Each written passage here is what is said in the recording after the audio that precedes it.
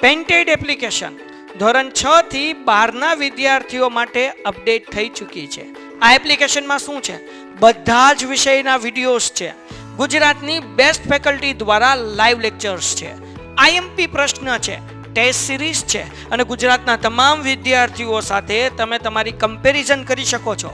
ગેમિફિકેશન છે અને બીજું ઘણું બધું. તો તમે એપ્લિકેશન ડાઉનલોડ ન કરી હોય તો ડિસ્ક્રિપ્શનમાં લિંક આપી છે. હમણાં જ પ્લે સ્ટોર ઉપર જાઓ અને એપ્લિકેશન ડાઉનલોડ કરો.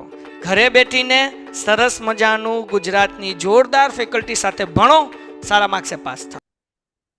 આર્થિક વિચારો, એમાં આપણે બે વ્યક્તિના આર્થિક વિચારો જોયા. પેલા હતા ચાણક્ય અને બીજા આપણે જોઈ રહ્યા છીએ ગાંધીજી. આપણે એવી વાત કરી હતી કે ગાંધીજી હલો આવે છે ને, અવાજ આવે છે ને? હલો, ઓકે, ડન છે.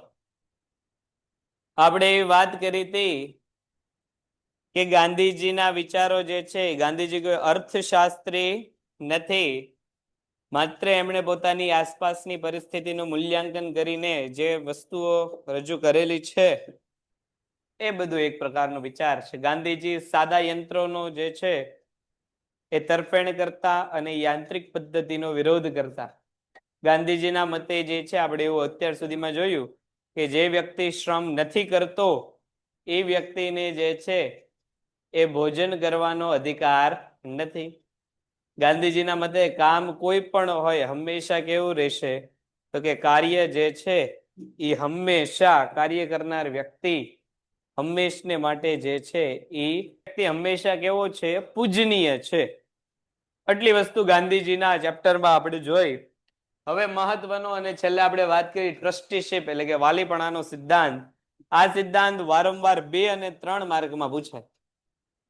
1 અને 2 માર્કમાં તમને એવું પૂછાય કે ગાંધીજીએ કયો સિદ્ધાંત આપેલો છે? તો ગાંધીજીએ આપેલો છે ટ્રસ્ટીશિપનો સિદ્ધાંત.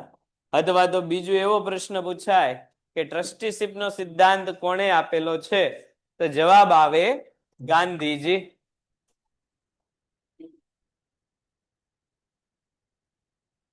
એમ નહીં 2 મિનિટ ઘડીક ઉભા રહી, આમ રેડ પડી હોય ને એમ બહારથી ખખડાવે. પણ આ પણ તે બાયણું બંધ હોય એનો અર્થ કાંઈક તો અંદર હાલતું હોય છે ને. તો ટ્રસ્ટીશિપ વાલીપણાનો સિદ્ધાંત ખાસ 1 માર્ક, 2 માર્ક, 3 માર્ક, ત્રણેય માટે જે છે મહત્વના છે. એમસીક્યુમાં તો પૂછાય જ તે ટ્રસ્ટીશિપ કે વાલીપણાનો સિદ્ધાંત કોણે રજૂ કર્યો છે. બાકી 2 અને 3 માર્કમાં ટ્રસ્ટીશિપનો સિદ્ધાંત આવે છે. ખાસ ધ્યાન રાખજો. ગાંધીજીએ આપેલ આર્થિક વિચારો અને સિદ્ધાંતો પૈકી તેમણે રજૂ કરેલ ટ્રસ્ટીશિપનો સિદ્ધાંત ખૂબ જ મહત્વનું સ્થાન ધરાવે છે. ઈશોપનિષદમાં કહેવામાં આવ્યું છે કે આ જગતમાં જે કંઈ છે તે સઘળું ઈશ્વરથી વ્યાપ્ત છે. એટલા માટે પ્રથમ તેનો ત્યાગ કરીને પછી ભોગવો. આ બુનિયાદી વિચાર અને ભગવદ્ ગીતાના અપરિગ્રહના સિદ્ધાંત પરથી ગાંધીજીએ વાલીપણાનો સિદ્ધાંત આપેલો. જો 1 માર્કમાં આવો પ્રશ્ન પૂછે કે વાલીપણાનો સિદ્ધાંત જે છે એ ક્યાંથી આવ્યો? તો કે ભગવદ્ ગીતાના અપરિગ્રહના સિદ્ધાંત પરથી ગાંધીજીએ જે છે વાલીપણાનો સિદ્ધાંત આપ્યો. ગાંધીજી એવું દ્રઢપણે માનતા કે આપણે જે છે એ આપણે અહીંયા માલિક નથી, આપણે કોણ છીએ? ટ્રસ્ટી છીએ. છેલ્લે આપણે વાતે કરી હતી કે આપણે જે શરીરમાં છીએ એ શરીર આપણું નથી. એ શરીરે સમય પૂરો થાય એટલે શરીર મૂકીને આપણે જવું પડે છે. તો આ જે શરીર કે જે આપણું નથી, એ શરીરે ભોગવેલી સંપત્તિ, અર્જિત કરેલા પૈસા, ભેગા કરેલી આવક એ પણ આપણી નથી. આપણે અહીંયા દુનિયામાં આવ્યા છીએ માત્ર કઈ રીતે આવ્યા છીએ? ટ્રસ્ટી તરીકે આવેલા છીએ. આપણું એકમાત્ર કામ શું છે? તો કે આપણને ઈશ્વરે જે આપેલું છે એ ભોગવવાનું. પણ આ કઈ રીતે ભોગવવાનું? તો કે પહેલા આપણે જે છે આપણા ભાગમાંથી ત્યાગ કરવાનો છે. આપણને જેટલી પણ સાધન સંપત્તિ આવક મળેલી છે પહેલા એ કોકની માટે ત્યાગ કરવાની, પછી જે વધે એ આપણે ભોગવવાનું. કારણ કે અહીંયા આપણે માલિક નથી. આપણે કોણ છીએ? ટ્રસ્ટી છીએ.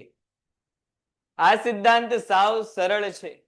જેમ કે કોઈ એક વ્યક્તિને વારસામાં કે વેપાર ઉદ્યોગ દ્વારા વિપુલ સંપત્તિની માલિકી મળી હોય તો તે આ મિલકતની કાયદેસરની માલિકી ભલે તે એ વ્યક્તિની રહે, પરંતુ દેશના લાખો માણસોને સ્વમાનપૂર્વક જીવવા માટે જેટલું જરૂરી છે તેટલું જ મળવાનો તે વ્યક્તિને અધિકાર છે. ગાંધીજી એવું માનતા કે ભાઈ આપણે જેટલું જીવવું માટે, જીવન માટે જેટલું જરૂરી છે એટલી વસ્તુ વાપરવાનું, જેને અપરિગ્રહનો સિદ્ધાંત, આગળ આપણે કીધું હતું કે ભાઈ અપરિગ્રહનો સિદ્ધાંત એટલે શું, તો કે જીવનમાં જરૂરી હોય એટલી વસ્તુનો આપણે ઉપયોગ કરીએ અને અપરિગ્રહનો સિદ્ધાંત કહેવાય. જરૂરિયાત મુજબ વસ્તુ મળવી જોઈએ, જેટલી વસ્તુ મળે છે એનાથી ઉપયોગ કરવાનો, જેટલો આપણે જરૂર હોય એટલી જ વસ્તુ આપણે અર્જિત કરવાની, ખોટી સંગ્રહખોરી, જમાખોરી કરવાની નથી. તે સિવાય બાકીની મિલકત વાસ્તવમાં સમાજની માલિકીની છે, તેથી તેનો ઉપયોગ અને વહીવટ એ વ્યક્તિએ સમાજના કલ્યાણ માટે કરવો જોઈએ. પરિવાર, આપણે સમાજમાં શું છીએ? આપણે સમાજમાં માલિક નથી, આપણે કોણ છીએ? ટ્રસ્ટી છીએ. આપણને જેટલી પણ સાધન સંપત્તિ મિલકત આપેલી છે આપણે એનો ઉપયોગ તો કરવાનો, પણ કઈ રીતે ઉપયોગ કરવાનો? તો કે આપણે જે છે જે તે વસ્તુને આપણા માટે જેટલી જરૂર હોય એટલી રાખવાની, બાકી ક્યાં ઉપયોગ કરવાનો? તો કે આપણે આપણી સંપત્તિમાંથી માનવ કલ્યાણ માટે.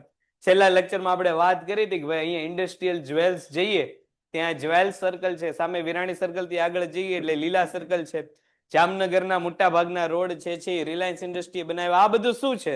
તો કે એક પ્રકારના ટ્રસ્ટીની વાત છે. આ બધા ઉદ્યોગ ધંધા ક્યાં કામ કરે છે? સમાજમાં. પોતે સમાજમાંથી કાચો માલ મેળવે છે, કર્મચારી સમાજમાંથી મેળવે છે, અને વેચાણ પણ ક્યાં કરે છે? સમાજમાંથી. એટલે આવક, નફો, કર્મચારી, કાચા માલ બધા જ માટે કોના ઉપર આધાર રાખવો પડે? સમાજ. તો ઈ સમાજમાંથી જે તમે પૈસા મેળવો છો એના ઉપર તમારો નહીં પણ સમગ્ર સમાજનો ભાગ છે. એટલે પૈસાનો ઉપયોગ કોની માટે કરવાનો? સમગ્રના કલ્યાણ માટે. આ મિલકતનો તે જાણે કે ટ્રસ્ટી એટલે કે વાલી હોય એવી રીતે તેણે વર્તવું જોઈએ. આ સંદર્ભમાં ગાંધીજીએ મૂડીપતિઓને ટ્રસ્ટી બનવાની સલાહ આપી છે. પોતાની સંપત્તિના વહીવટદાર તરીકે તેમને ચાલુ રહેવા દેવામાં આવશે. તે પોતાની બુદ્ધિનો ઉપયોગ કરી સંપત્તિમાં વધારો કરી શકશે, પણ તે વધારો પોતાના નફા માટે નહીં પણ સમસ્ત પ્રજાના કલ્યાણ માટે. એટલે તમારી પાસે જે મિલકત છે એ તમારી પાસેથી લઈને કોઈને આપી દેવાની નથી. તમારી મિલકત રહેશે કોની પાસે? તમારી પાસે જ રહેશે. તમે તમારી મિલકતમાં જે છે તમારી બુદ્ધિથી એમાં વધારો કરશો, પણ એમાંથી જે લાભ મળે, એમાંથી જે પૈસા મળે એનો ઉપયોગ તમે કોના માટે કરશો? તો કે સમાજ માટે કરશો. દાખલા તરીકે અહીંથી તમે ઇકોનોમિક્સનું સારું એવું શિક્ષણ લઈને ગયા, પછી દેશને જરૂર પડી કે ભાઈ સારા અર્થશાસ્ત્રીઓ જોઈએ છે, તો તમારી પાસે અહીંથી સારું એવું અર્થશાસ્ત્રનું શિક્ષણ મળેલું હશે, એટલે તમે ક્યાં આ અર્થશાસ્ત્રનો ઉપયોગ કરશો? એટલે તમે જે છે સમાજ કલ્યાણ માટે આ અર્થશાસ્ત્રનો ઉપયોગ કરશો. એટલે જો સંપત્તિ કોની છે? તો કે જ્ઞાનરૂપી સંપત્તિ તમારી છે, પણ ઉપયોગ કોના માટે થશે? તો કે દેશ માટે. જ્યારે સારા અર્થશાસ્ત્રીની વાત આવશે ત્યારે તમારું બધાનું નામ જે છે એ પેલા લેવાશે. સારા અર્થશાસ્ત્રીની વાત આવશે ત્યારે તમારું બધાનું નામ પેલા લેવાશે. એટલે આ એક પ્રકારનું તમારું શું કામ થઈ ગયું? ટ્રસ્ટી તરીકેનું. ગાંધીજીએ રજૂ કરેલ ટ્રસ્ટીશીપના સિદ્ધાંતના મુખ્ય મુદ્દાઓ આ આપણને જે છે 3 અને 5 માર્કમાં પૂછાઈ શકે. મુખ્ય મુદ્દાઓ આપણને 3 અને 5 માર્ક બંનેમાં પૂછાઈ શકે.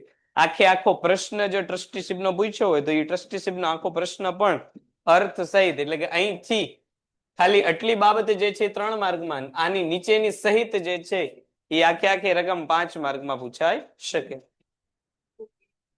પહેલું આપણને કીધેલું છે ધનિકોનું હૃદય પરિવર્તન શક્ય છે. અહીંયા પહેલી જ એવી ધારણા કરવામાં આવી છે કે સમાજમાં જેટલા ધનિક વર્ગ છે એને તમે સમજાવશો, સમાજમાં જેટલા ધનિક વર્ગ છે એને તમે સમજાવશો કે આ પૈસા તમારી માટે નથી, આ પૈસા કોની માટે છે? સમાજ માટે છે. તમે અહીંયા માલિક નથી, તમે અહીંયા માત્ર શું છો? ટ્રસ્ટી છો. તમે આજે આવ્યા છો અને તમારે કાલે વયું જવાનું છે. તો પૈસાવાળા વ્યક્તિ આવું માની જશે કે એમનું હૃદય છે, કે એમને પહેલેલા પૈસા એ માત્ર પોતાની લક્ઝરિયસ જીવન માટે નથી. આ પૈસા કોની માટે છે? તો કે સમાજના એવા વર્ગના માટે છે, કે સમાજનો એવો વર્ગ કે જે હજી આર્થિક રીતે વિકસિત નથી થયો, આ પૈસા એમની માટે છે. તમે આવું પૈસાવાળાને કહેશો ને તો એમનું હૃદય પરિવર્તન થશે. એવું કોણ માનતું? ગાંધીજી. પણ ગાંધીજીને ક્યાં ખબર અહીંયા આપણી પાસે 10 રૂપિયાની નોટ હોય તોય આપણે કોઈ નથી દઈ શકતા. આપણી પાસે 10 રૂપિયા હાલી આપણી પાસે 10 રૂપિયાની નોટ હોય તો આપણે 10 રૂપિયાની નોટે કોઈને દેવી હોય તો ઈ જીવ હાલતો છે નહીં. તો કરોડોની સંપત્તિમાં ક્યાં જીવ હાલે?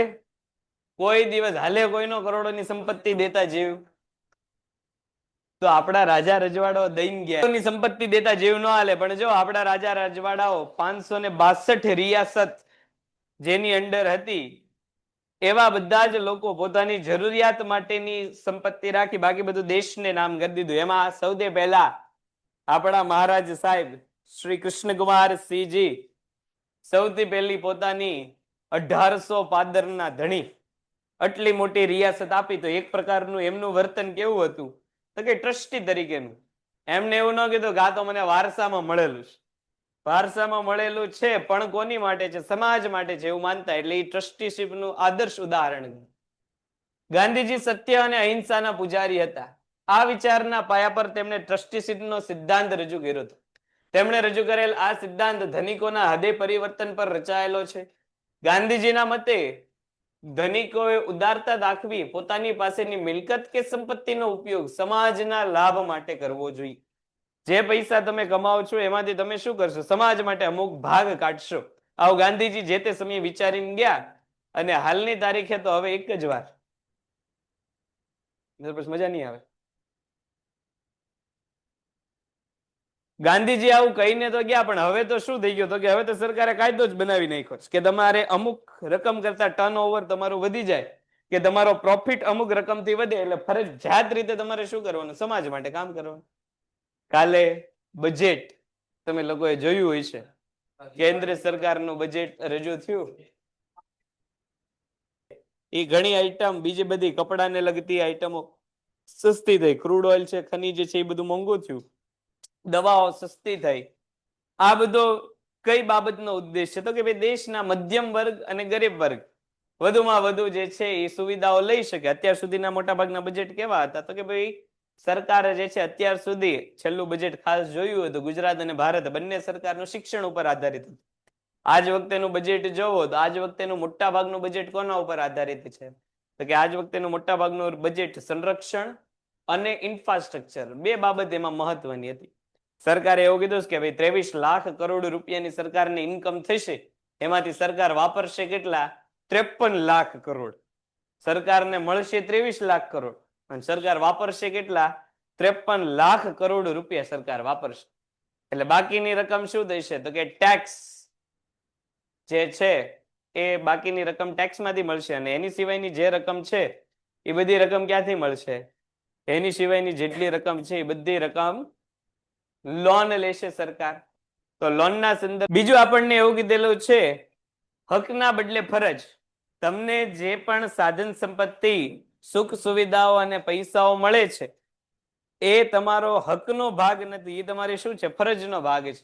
તમને સાધન સંપત્તિ મળી, તમને પૈસા મળ્યા, એ માત્ર એનો ઉપયોગ તમે જે નહીં કરો એ તમારી શું છે? ફરજ છે. કોના પ્રત્યેની ફરજ છે તો કે જાહેર જનતા કે જેમની પાસે સુખ સુવિધા નથી કે જેમની પાસે સાધન સંપત્તિ નથી એવા લોકોને તમારે જે છે સમાજમાં સાચવવાના છે.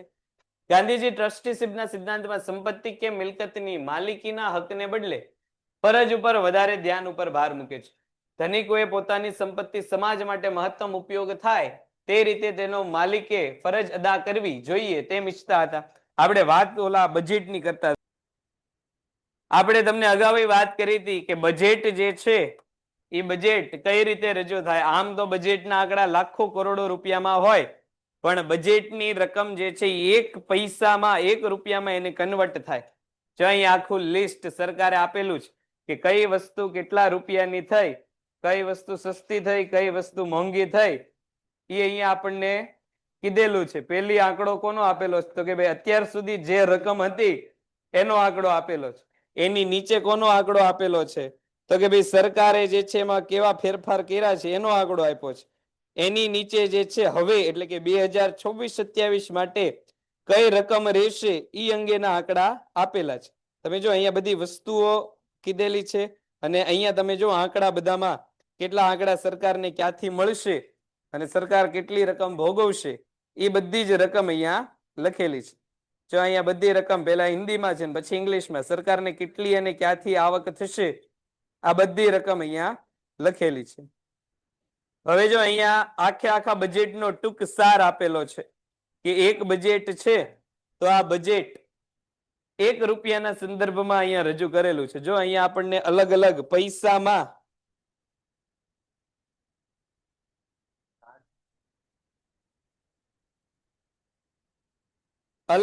પૈસામાં જો અહીંયા આપણને કીધેલું છે કે ભાઈ ₹1 સરકારની આવક હોય, જો આ શેની વિગત છે તો રૂપિયા કમ્સ ફ્રોમ, એટલે કે રૂપિયા કહા સે આતા હે, સરકારને ક્યાંથી પૈસા મળશે જો એની વિગત આપેલી છે. ₹1 સંદર્ભમાં આગુ બજેટ છે કે ભાઈ ₹1 સરકાર કમાશે તો એમાંથી જો 24 પૈસા ક્યાંથી મળશે તો કે ભાઈ બોરોડ મની માંથી, એટલે કે સરકાર જે છે ઉછીના પૈસા ₹24 માંથી લેશે. બીજું અહીંયા કીધેલું છે કે જો સરકારને બીજા 2 પૈસા જે છે એ ક્યાંથી મળશે તો કે નવી ડેટ કેપિટલના આધારે, એટલે કે સરકાર જે છે નવું દેવું ઊભું કરશે. ₹10 ક્યાંથી મળશે તો જો ટેક્સ રેવન્યુ માંથી 10 પૈસા મળશે. એટલે ₹1 સંદર્ભમાં સરકારને કેટલા પૈસાની ઇન્કમ, એવી જ રીતે પછી આપણને કીધેલું છે કે ભાઈ બાકીના પૈસા કઈ રીતે મળશે તો કે ભાઈ ₹6 જે છે એ એક્સાઇઝ ડ્યુટીના, રૂપિયામાંથી 6 પૈસા જે છે એક્સાઇઝ ડ્યુટીના મળશે. એવી રીતે આખું જે છે એ ₹1 કઈ રીતે સરકારને મળશે એની આખી ઇન્ફોર્મેશન આખી આપેલી છે સરકારે. ₹1 આખી ઇન્કમ. એની નીચે તમે જુઓ તો ₹1 જે સરકારને મળ્યો છે આ ₹1 માંથી સરકાર જે પૂરેપૂરો ₹1 વાપરવાની છે. સરકારનું અંદાજપત્ર હંમેશા કેવું હોય, પાકા સરવૈયા જેવું હોય. પાકા સરવૈયામાં કેમ બંને બાજુ સરખી હોય, એમ અહીંયા પણ સરકારનો આવક અને ખર્ચ જે છે એ કેવા હશે, સરખા હશે. જો 1 પૈસો સરકારને જે છે ₹1 મળે છે તો ₹1 માંથી સરકાર ક્યાં અને કેટલો ખર્ચ કરશે ઈ અંગેની વિગત આપેલી છે કે ભાઈ સરકાર જે છે એ 7 પૈસાની અધર એક્સપેન્સ કરશે. પછી સિવિલ પેન્શન માટે સરકાર કુલ રકમના 2 પૈસા ખર્ચ છે. પછી જે છે સેન્ટ્રલ સેક્ટરની સ્કીમ, જે એટલે કેન્દ્ર સરકારની યોજનાઓ હોય એની માટે 17 પૈસા સરકાર જે છે એ આપશે.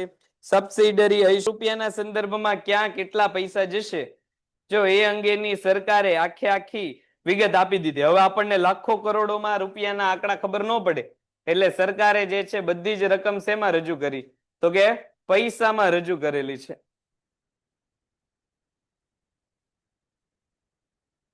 અને નીચે આપણને જે છે એ નીચે જો ગ્રાફથી સરકારે એવું સમજાવ્યું છે કે આવનાર સમયમાં માર્કેટ ઉપર આ જે તમે પૈસાઓની હેરફેર કરો છો એના કારણે જે છે એ કેટલા પ્રકારનું જીડીપીમાં ફેરફાર આવશે અને સાથે બધાના જે સેક્ટર લખેલા છે.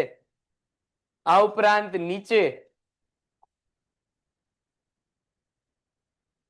નીચે જે છે એ કર પ્રાપ્તિ કે રુજાન, એટલે કે ભાઈ ટેક્સ રિલેટેડ ઇન્ફોર્મેશન આપેલી છે.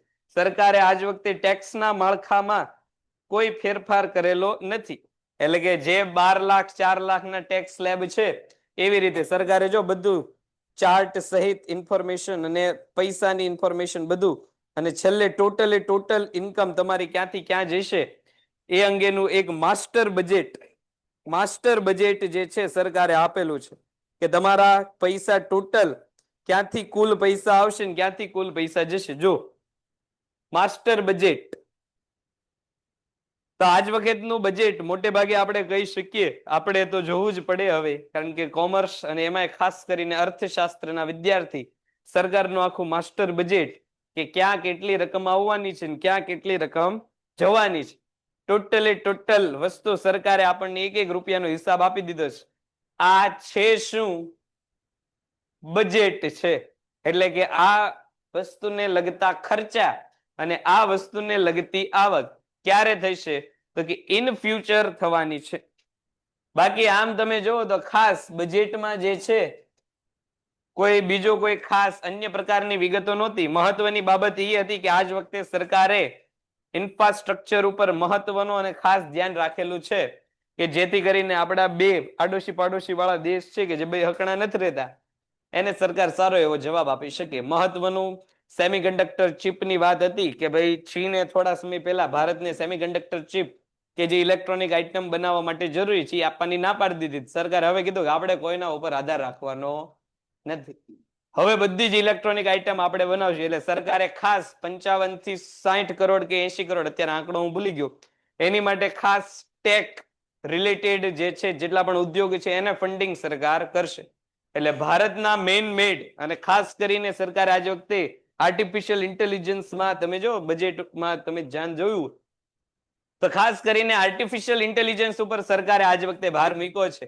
એટલે કે આવનાર સમયમાં આપણને ચેટ જીપીટી જેમિનાઈની જેમ ભારત સરકારનું કોઈ એઆઈ મોડેલ આવે કે ભારતીય કંપનીનું કોઈ એઆઈ મોડેલ આવે તો એની માટે જે છે આપણે તૈયાર રહીશું. મહત્વની બાબતો આટલી હતી. ખાસ કોઈ જે છે એ નોકરિયાત વર્ગ માટે કઈ બજેટમાં કઈ ખાસ હતું, ન કૃષિ રિલેટેડ કોઈ ખાસ હતું, ન મહિલાઓ રિલેટેડ, ન કેન્દ્ર કે રાજ્ય સરકારના કર્મચારીઓ માટે કઈ ખાસ સામાન્ય વર્ગ માટે નહોતું. મોટા ભાગનો આધાર સરકારે ઇન્ફ્રાસ્ટ્રક્ચર, ટેકનોલોજી અને ડિફેન્સ 3 સેક્ટર ઉપર આગળ વધ્યો હતો. એટલે કોક આપણને કાલ સવારે કોમર્સના વિદ્યાર્થી તરીકે પૂછે કે ભાઈ તને બજેટમાં શું ખબર પડી?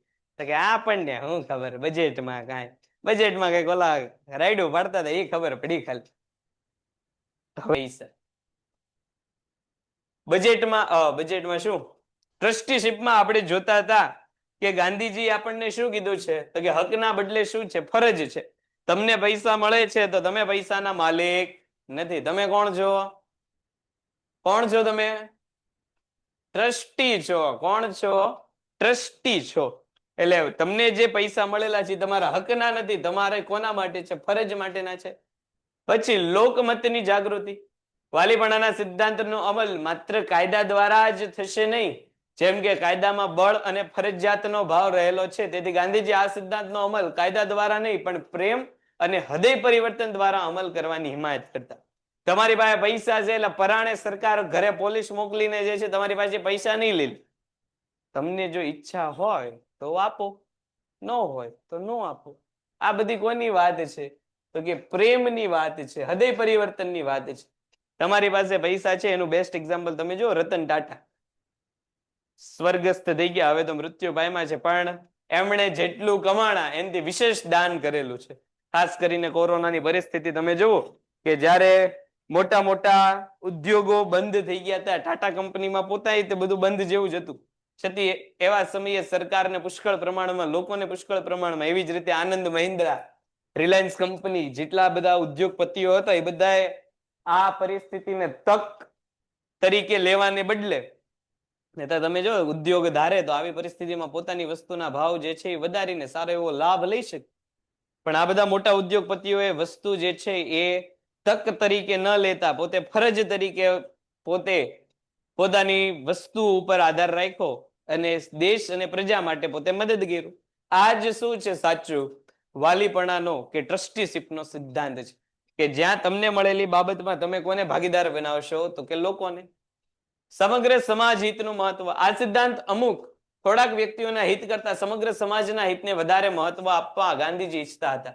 તેથી સમાજના ખૂબ મોટા વર્ગની જરૂરિયાતને અનુલક્ષીને ચીજ વસ્તુઓનું ઉત્પાદન કરવું તે બાબત ગાંધીજીએ ભાર મૂક્યો.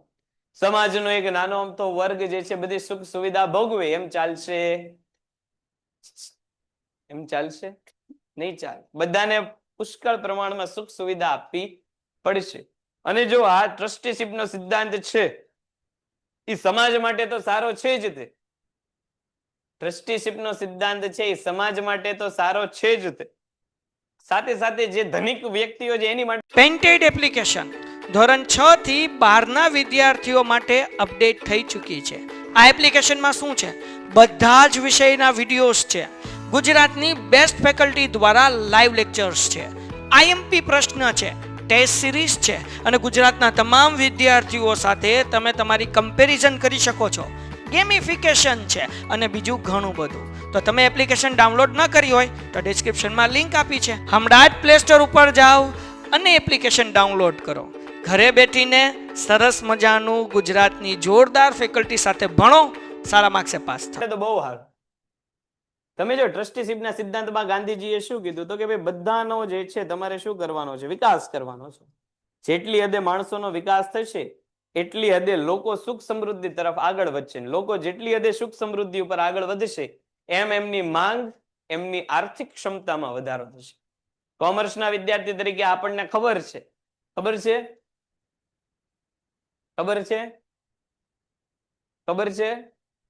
શું નથી ખબર?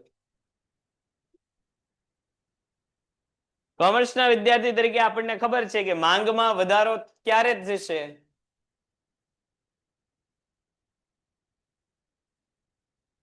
જ્યારે કસ્ટમર પાસે પૈસા હશે તો માંગમાં વધારો થશે. અને કસ્ટમર પાસે પૈસા લાવવાનું એકમાત્ર સાધન શું? કસ્ટમર કલ્યાણ. લોકોનું તમે કલ્યાણ કરશો, લોકોને શિક્ષિત કરશો, લોકોને રોજગારી આપશો તો લોકોની આવક વધશે. જેટલા પ્રમાણમાં આવક વધશે એટલા પ્રમાણમાં માંગ વધશે.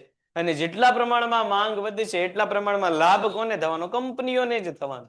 એટલે આ વાલીપણાનો સિદ્ધાંત આમ જે છે સામાન્ય જનતા માટે તો સારો છે જ તે, પણ ઉદ્યોગો માટે એનાથી વિશેષ છે. એટલે અહીંયા આપણને કીધેલું છે કે ભાઈ સમગ્ર સમાજ હિત આમાં સંકળાયેલું છે.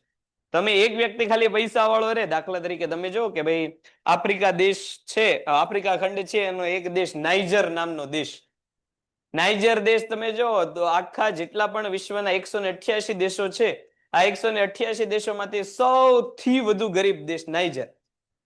ત્યાં પુષ્કળ પ્રમાણમાં ઓઇલ છે, પણ ત્યાંની પ્રજા કેવી છે? સાવ ગરીબ છે. તો ઈ જે પ્રજા છે ઈ જમીનમાંથી ઓઇલ કાઢી શકતી નથી. હવે એ પ્રજા જમીનમાંથી ઓઇલ નથી કાઢી શકતી એટલે આખી દુનિયાને ઓઇલની જરૂર છે, તો એ આખી દુનિયાને ઓઇલ મળતું નથી. શું કામ ઓઇલ નથી મળતું? કારણ કે ત્યાંની પ્રજા જ કેવી છે તો કે હજી વિકસિત થયેલી નથી. ત્યાંની પ્રજા જ કેવી છે? અણવિકસિત વાળી છે. એને સાધન સંપત્તિનો કઈ રીતે ઉપયોગ કરવો એ ત્યાંના લોકોને જ ખબર નથી. પણ જો એમને શિક્ષિત કરી દેવામાં આવે, એમનું કલ્યાણ માટેનું કામ કરવામાં આવે તો એ લોકો શું કરશે? જમીનમાંથી ઓઇલ કાઢશે. એ ઓઇલનો લાભ કોને મળશે? આખી દુનિયાને મળશે. આ કામ સૂચવે છે કે સમગ્ર સમાજ હિત જે છે એ બધાના હિતમાં છે. કોઈ એક વ્યક્તિ પૈસા વાળો થયા રાખશે અને બાકીના લોકો જે છે પૈસા વાળા નહીં થાય તો પરિસ્થિતિ કેવી આવશે? તો પાકિસ્તાન જેવી પરિસ્થિતિ આવે. તમે પાકિસ્તાનમાં જોવો એટલે તમને ખબર પડે. દેખાય છે ત્યાંથી? દેખાય ને? પાકિસ્તાનમાં તમે જોવો તો ત્યાંના જેટલા મિલિટરી વાળા છે એ બધા ફૂલ પૈસા વાળા, પણ ત્યાંની સામાન્ય પ્રજા, હજી હમણાં 2-3 દિવસ પહેલા તે ઓલો આપણો એક ફેવરેટ પત્રકાર છે પાકિસ્તાનનો, એ બહુ સાચું રિપોર્ટિંગ કરે, કોટ વાળો છે, નામ મને અત્યારે ભૂલાઈ ગયું, કે એ વ્યક્તિ જે છે એ એક શહેર જેવો વિસ્તાર હશે એમાં પોતે જે છે એ લોટનો એક આખો ખટારો લઈને ગયો. પોતે પત્રકાર એટલે એને એમ થયું સમાજનો એક લાભ મળે અને પોતાનું પાછું ચેનલનું પ્રમોશન કરવાનું હોય.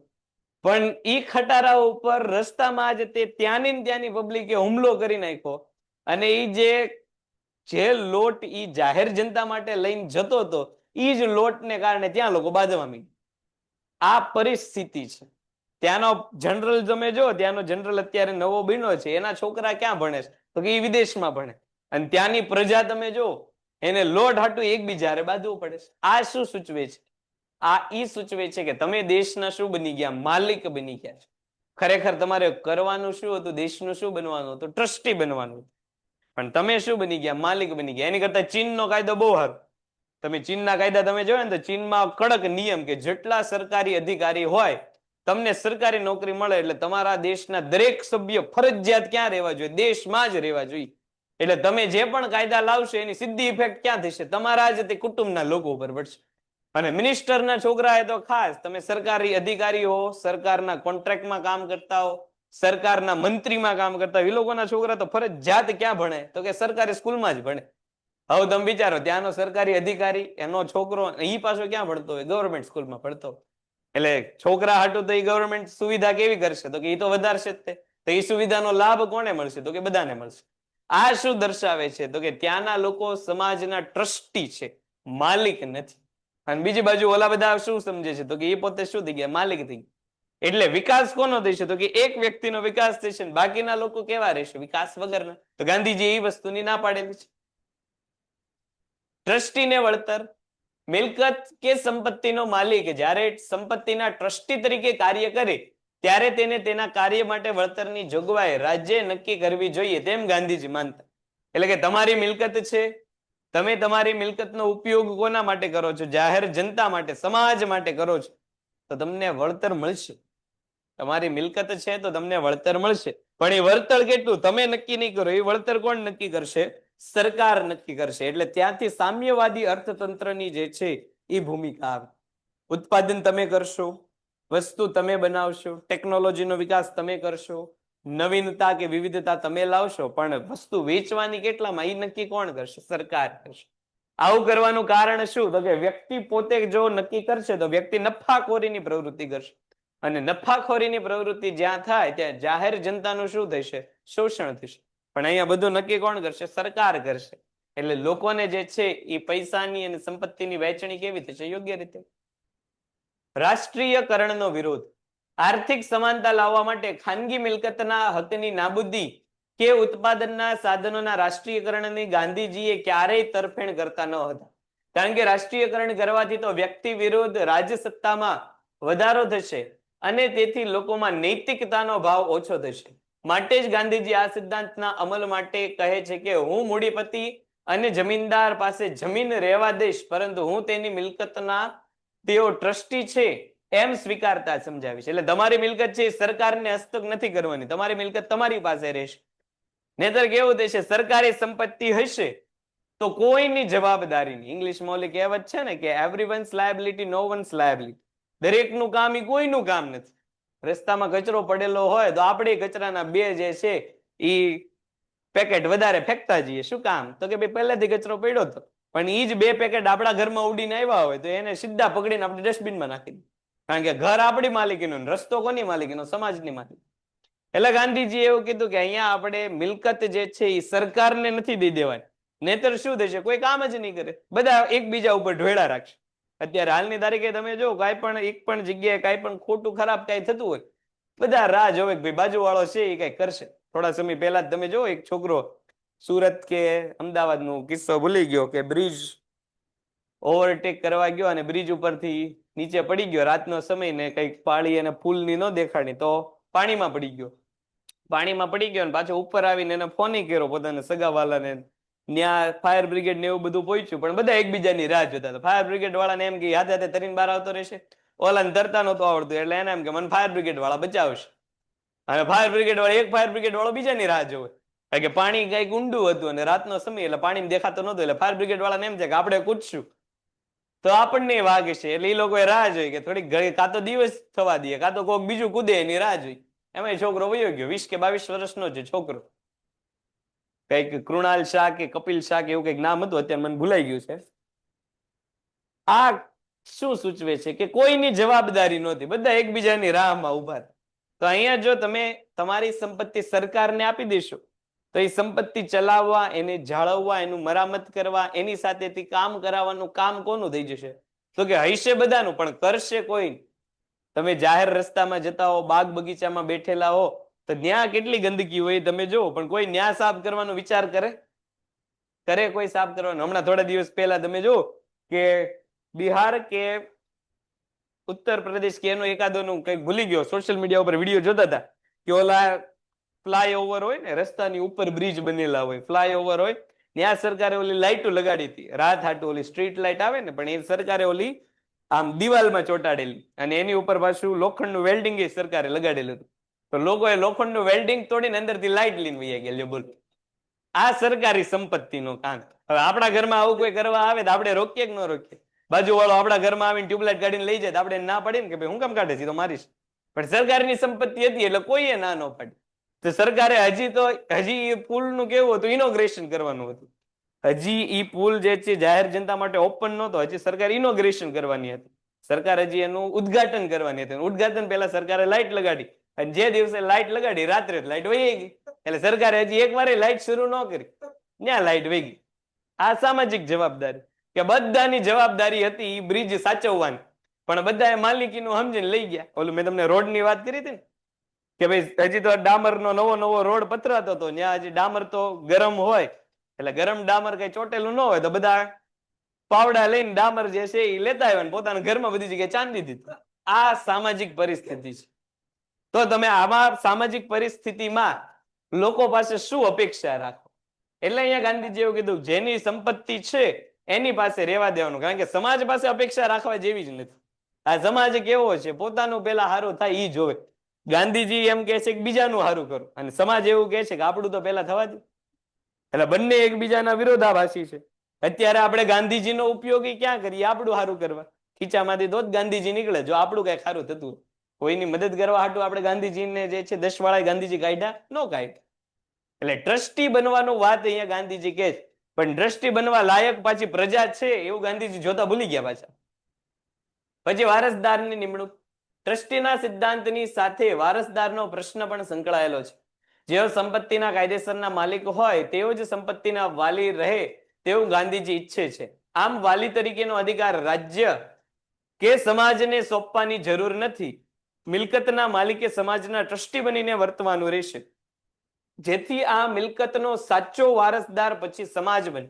પરંતુ તે સંપત્તિના માલિકના અવસાન બાદ જે ટ્રસ્ટી તરીકે નિમણૂક કરે છે તે નવા ટ્રસ્ટી તરીકે કામ કરશે. જેમ મૃત્યુ પામેલા ટ્રસ્ટી સાચો માલિક ન હતો તેવી જ રીતે નવો ટ્રસ્ટી પણ સંપત્તિનો સાચો માલિક નથી. તેમ છતાં પણ રાજ્ય કે સમાજ તેની સંપત્તિ જપ્ત કરવી નહીં. ચોખ્ખું આપણને કહી દીધું કે ભાઈ અહીંયા સંપત્તિના તમે માલિક નથી, તમે જઈશો તો તમારી સંપત્તિ કોને મળશે? તમારા વારસદાર એટલે કે છોકરાને મળશે. તો એ છોકરો પાછો સંપત્તિનો માલિક નથી. એ કોણ છે? ટ્રસ્ટી જ છે. એ પણ કોણ છે? ટ્રસ્ટી જ છે. કોઈ અહીંયા માલિક થઈને આવ્યું નથી. અહીંયા બધા જ કોણ છે? ટ્રસ્ટીઓ છે. એટલે મને ઇકોનોમિક્સ નું સારું એવું જ્ઞાન આવડતું હોય ને હું એમ કહું ભાઈ હવે આજથી પૂરું, હવે આજ પછી ઇકોનોમિક્સ નું કોઈને જ્ઞાન જવા દેવાનું થતું નથી. પણ આ જ્ઞાન ઉપર મારી માલિકી છે નહીં. હું તો ટ્રસ્ટી તરીકે ઇકોનોમિક્સમાં કામ કરું છું. મારી પાસે છે એમાં હું કઈક 2 શબ્દ વધારે ઉમેરીને આગળની પ્રજાને પાસ આઉટ કરી દઈશ. આજથી એવું બને 5-10 વર્ષ પછી તમે મારી જેવા શબ્દ બીજા કોઈને ભણાવતા હો, એમાં કઈક તમે તમારું એડ કરશો. કારણ કે આ સંપત્તિના માલિક તમે નથી. ભલે છે બૌદ્ધિક સંપત્તિ, પણ તમે માલિક નથી. તમે માત્ર કોણ છો? ટ્રસ્ટી છો.